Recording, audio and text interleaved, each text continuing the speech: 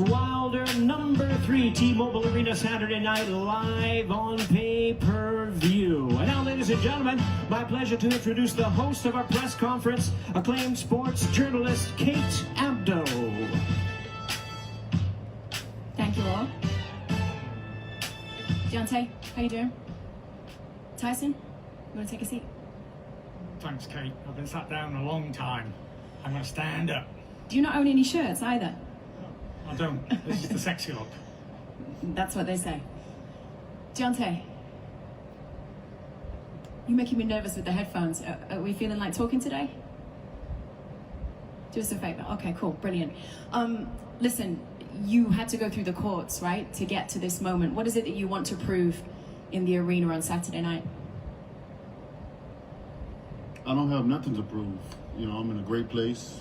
I'm in a great state of mind, have always been. You know, I got a lot of great people around me that's been covering me all this time, you know.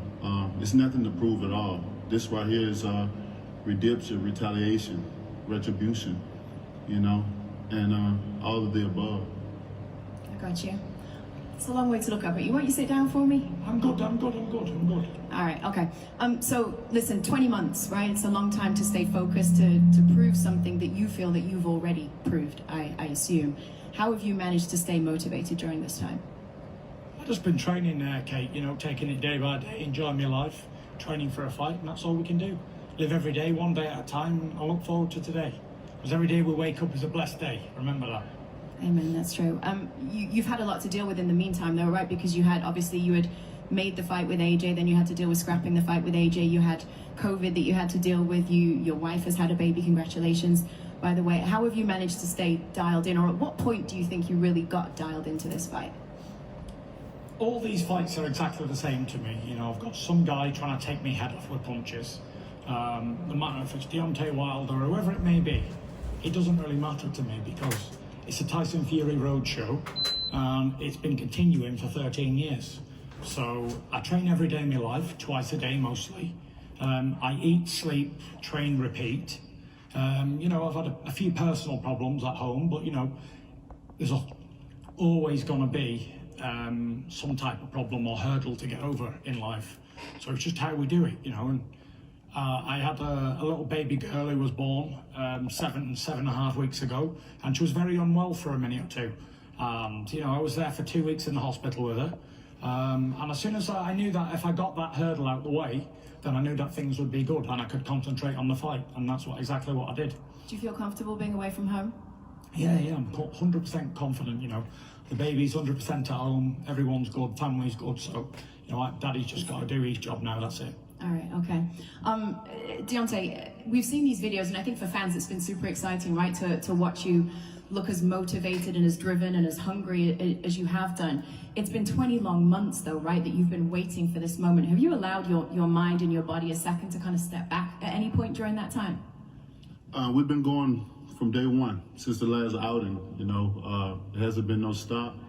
All the delays and all that, you know, has been beneficial for us. You know, we've been continue to carry on. You know, one thing about this camp that I've had, I've been able to have all my brothers around me from the start, and we're all together now. You know, so I've been talking about the love that's been around me all this time. And it's been real. It's been amazing for me. You know, when many people thought I was down, depressed, and all that, I can't be. It wouldn't be fair to the people that I have around me to even feel that way. Certain things I didn't even know what was going on in the world, you know what I mean?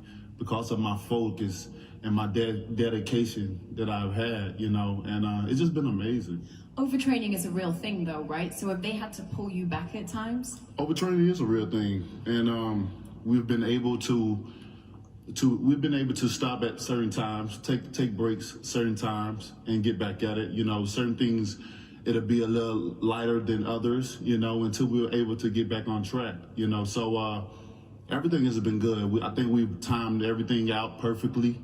I think we've done all the right things, and come Saturday night, it's going to be definitely a different fight, you know, for all the fans. You know, they should be excited. You know, it's not rare that we get trilogies like this, and I think it's going to go down in history. We are excited. I think it feels really different coming into this fight than it did coming into the second fight, right? After that first fight, it felt like there was still mutual respect between the two of you. After the second fight, it feels like that has been lost somewhat. Deontay, there were many accusations that you made towards Tyson about reasons that you felt that he had won that fight, ways that you felt that he had cheated. Do you regret any of the accusations that you made towards him? I don't regret it, and I go to my grave believing in what I believe in. I know things for fact. I have confirmation, clarity of a lot of things, and which, you know, one thing about it, you know, men lie, women lie, but your eyes don't lie what you see, you know. So many people can believe what they want. We're all human. We believe what we want, but the eyes don't lie. And it only made me better as a man, as a fighter, to understand and to see certain things and know things for facts. You know, it made me even hungrier than before. God is a great God, and He don't make mistakes. I wouldn't take it back for nothing, because nothing that I've, even the way I felt, even coming into the fight, even when the way Chris took the mask off me, how I felt, I wouldn't take it back for nothing. I needed it. It was a blessing in disguise. Tyson, you did accuse you of some of the biggest violations in boxing, right? You kind of reacted almost like you don't care, like it just kind of washes off. How do you really feel about it? I don't care, because obviously it's coming from an unwell person. He accused me of everything, accused his team, his trainer, the suit, injuries. Who else did he accuse? Oh, the Athletic State Commission of Nevada, they were in on it as well, the referee, whoever else. Maybe if he'd come out with one of these excuses, then it would have been believable, but not 50 of them, come on. And he can believe what he wants. What it tells me is that he's a weak, mental little person who I'm going to knock spark out on Saturday night. I beat him the first time after 3 years out the ring. Quite comfortable, actually. He won 2 rounds for 12-rounder. I absolutely obliterated him in the rematch. He didn't even win any of the rounds.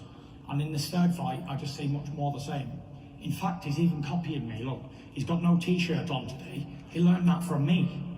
I'm famous for wearing no shirt at press conferences and having no shirts on. This guy's copying me all the time. And I know I'm an inspiring person and everybody wants to be like T. But you know, it's supposed to be Bronze Bomber. Do your own thing. Stop copying the Gypsy King. And listen, I hope you got your excuse book ready, Dosser. What's he doing here? He should have had the sack as well, Jay Deers. Because if Mark Brilliant was doing it, he was in on it as well, because he was in the changing rooms. Watch my hands get wrapped. I want to know what you've got to say, Jay Deers. You was there. You on the conspiracy as well. We are going to bring trainers up later on. It was actually him who taped the knuckle dusters on. It was Jay Deers who taped the knuckle dusters on my gloves. Deontay. He was there. You clearly believe that these violations truly happened, right? So what steps... He don't believe that, Kate. Give me in one his second. own mind, he don't believe What it. steps have your team taken to make sure that this is a clean fight, that you guarantee yourself that this time around? We got a lot of things in line, a lot of things in order, you know, and I think that's just what the world, only thing that they need to know, you know. There's a lot of things that I can say and put out there, but, you know, like I've always been since from day one, silence is golden. Do you think you've put yourself under more pressure with all the reasons about why the loss in the second fight happened? Do you now feel under more pressure to come out and look spectacular in this third fight? Not at all. When you know the truth, they said the truth will set you free. You know, there's no pressure on me. And then when you have nothing to lose, there's no pressure at all. All the pressure is on him. Is that how you feel if you've got nothing to lose in this fight? It's nothing to lose. Nothing to lose and everything to gain. Why do you say nothing to lose? Because I think a lot of people would say that your legacy is potentially on the line in this fight. Your legacy only dies when the man dies, when the desire and the fire is out your heart for the sport or anything that you do in life. When that dies, so does your legacy, and I'm well alive. Amen. Listen, you're the only undefeated heavyweight champion that remains of the group, right? Is that pressure for you? I said that yesterday, and I've come under a lot of scrutiny from it all. I've come under a lot of pressure, because I forgot that Alexander Usyk's been a world champion for 5 minutes. Forgive me on that one, I do apologise. Oh, yeah, you're right, sorry. Yeah, he's won all the belts, so congratulations to him, by the way. But I was just talking about the group that we were in before Usyk even come into the picture. Mm-hmm. Out of all of us from like years gone by, like say the last 10 years, There's only me, last man standing, and I'm the one who's had all the problems, all the inactivity, everything, and I'm still here, still undefeated. I'm a lone soldier now. The last one undefeated. Actually, the first two-time heavyweight champion of the world who never lost a fight. How amazing is that? You have history maker. If I was interested in that sort of thing. You've talked a lot about mental health, right? That's something that we've all appreciated you being really open and honest about. Do you feel mental pressure coming into a fight like this, and how do you deal with that? What do you make sure you have in your surroundings to keep you in the right place mentally? You know, mental health struggle's no joke. You know, it's you can never get over it. It's not if or when, but it's not if, but it's definitely when. Mental health will always creep back into your life at some point, and it's a very, very, very dangerous matter. And it's a global pandemic on its own. Without COVID and all that stuff, the mental health struggle is real. And if you don't keep it at bay and take the right procedures to handle it, then you're going to wind up in a very bad position, like I was at one stage in my life. But I've learned to manage and maintain it all now, and look at me, I'm flying. I'm stood here as a heavyweight champion of the world, WBC, Ring Magazine, lineal champion, undefeated in 30-odd fights, still good looking, lost my hair, but whatever. Still a fine specimen of a man, and still confident as ever, and still on top of the world. So life's good, life's very good, very happy. Where are you emotionally, Deontay? Because you're really big on energy, right? What's your energy towards Tyson Fury at this point in time? My energy is like my mind is very violent, you know. So I'm just ready to go. October the 9th, you know. I dedicated myself. I devoted my time and my body, me and my team, reinvented. I'm ready to reintroduce myself to the world, you know. I've seen you wearing all that gear, which has the Russian slogan on it, right? Which says "Glass to glass," which means eye for an eye, I think, correct? For sure. What does that mean to you in the context of this fight? Exactly what it means. What do you want to repay him with? A loss for a loss? Is that what you're looking at, or how do you mean it? I'm gonna let you be the judge come Saturday night. All right, fair enough. I've learned to choose my words wisely, you know. Mm-hmm. People always take my words out of context, you know, and that's why I've been very silent, you know. Like I said, silence is golden, and at this point in time, it's all action for me. Action, action, action. I don't have many words to say, you know. I wasn't planning on even talking today. I was going to have Malik coming up, but, you know, I respect you, Kate. Thank you. And I'm just ready to show action.